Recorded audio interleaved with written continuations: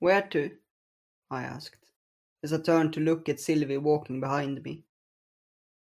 She pointed in the direction of a thicket on the other side of the river bank, and I set out towards it. She was a stupid elf, too naive for her own good. But at least she had. No, I shook my head. She hadn't. But I had said too much in my time with her, given her more than I ever thought I would. It had been a mistake, starting with the first night in the forest when I had let her hold me. I winced at the memory.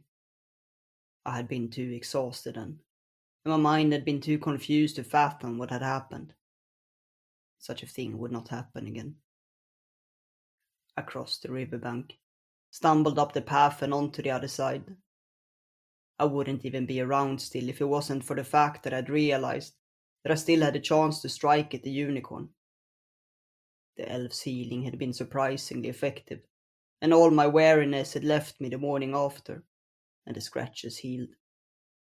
It had made me reconsider my chances with a horse, and that maybe I could still finish what I had come for. After all, returning to the Queen empty-handed wasn't an option that would leave me unscathed. The girl lingered behind, dragging her feet like a baby. She was too stupid to understand why I had stayed. She had even started to talk about how maybe I could remain with them, follow them, now when the Queen thought I was gone. I wouldn't correct her. My chances of prevailing were greater if she thought I was her friend. That didn't mean I enjoyed staying with her. All she did was cry in the evenings, murmuring words I couldn't hear.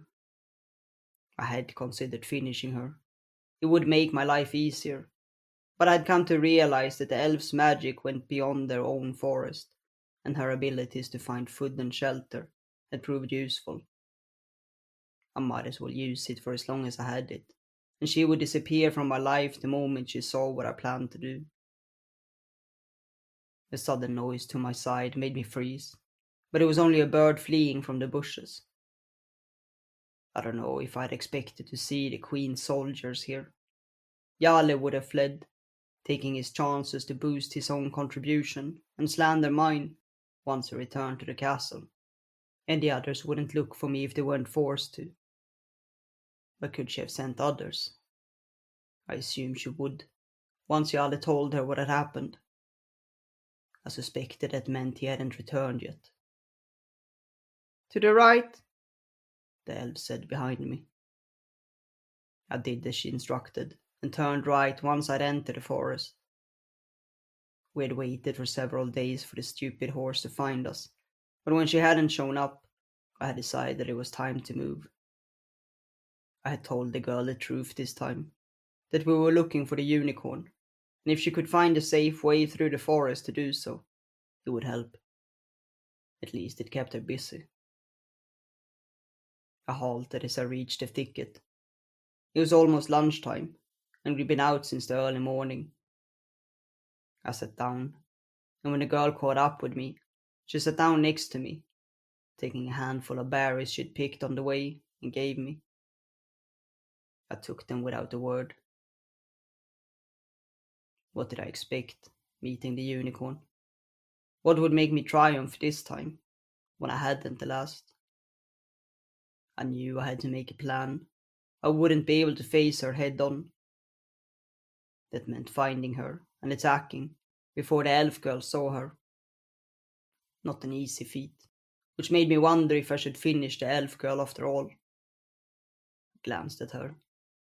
She was pretty useless, not good for anything else than her forest skills. And I shook my head and looked away. No, she wasn't useful. She was gullible, naive, and knew nothing about the world. She wasn't useful, not in the slightest. No, it was with the Queen that I belonged, and it was to her I would return, once my mission was completed. It was her grace that had saved me, and her kindness that had made me into who I was. The elf was simply too stupid to understand such things. I ate the berries in silence, feeling my head drowse now when I sat down. The nights had taken their toll, Ever since that first night, the same dream had visited me, playing before my eyes. The stable boy catching me, beating me with a stick, and the queen watching from her window. I shook my head. It wasn't even a memory. It must have been a fabricated image of a tired mind.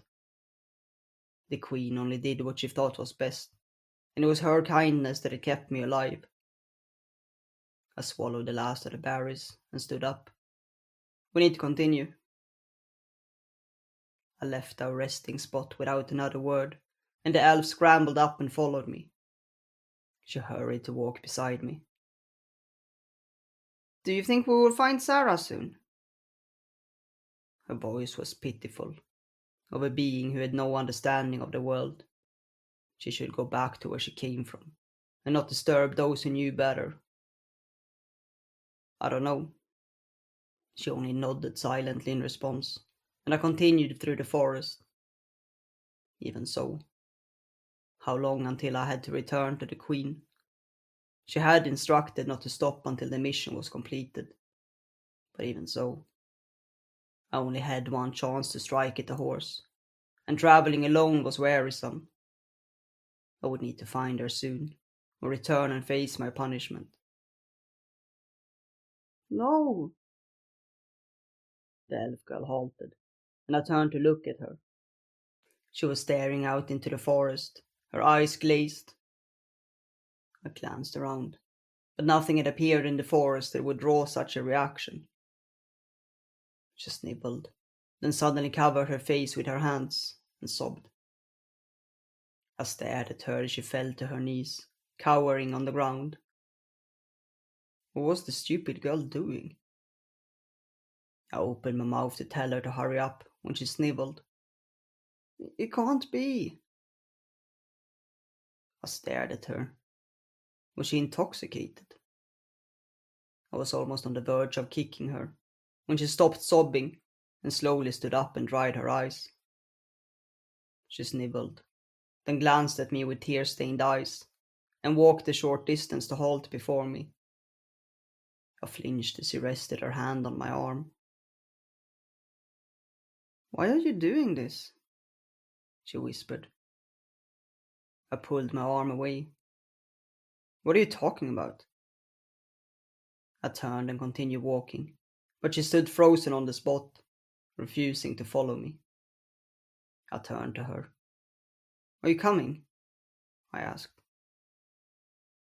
She slowly nodded, wiped her eyes, and then followed me silently as we continued down the forest path. Her hand had left a mark on my arm. I could feel it tingling underneath my tunic. I rubbed the spot, trying to erase it, and continued walking. Stupid elf. This was worse than her whining, and if she continued like this, I would have to get rid of her. I scratched my arm. The warmth had spread up my elbow, and I could have sworn it felt like light radiating from her touch. I scratched it and continued walking, but it crawled up my arm and over my shoulder. I stopped and turned to her. What did you just do? My eyes met hers, and the world disappeared. Death and destruction, ruin being brought to the land. My knees hurt, and my hands landed on the hard ground. I screamed, and I was back in the forest. I lay sprawled on the ground, my face in the dirt. I could see the girl's bare feet standing some distance away, and she walked to me and knelt down. You don't have to be this way, she whispered. I wrenched myself away and scrambled up. Don't touch me! I swayed on the spot and stumbled backwards, but corrected myself. The girl looked at me with eyes glistening with tears, and I turned and stumbled down the path. What had you done?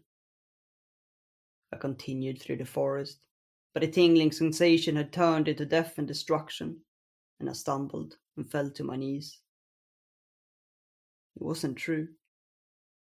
The queen had brought hope and prosperity to this land. She had done nothing but good, spreading kindness among the tribes. I closed my eyes, suddenly wary, and I saw the queen watching me from the window as the stable boy beat me with a stick, and I drifted off.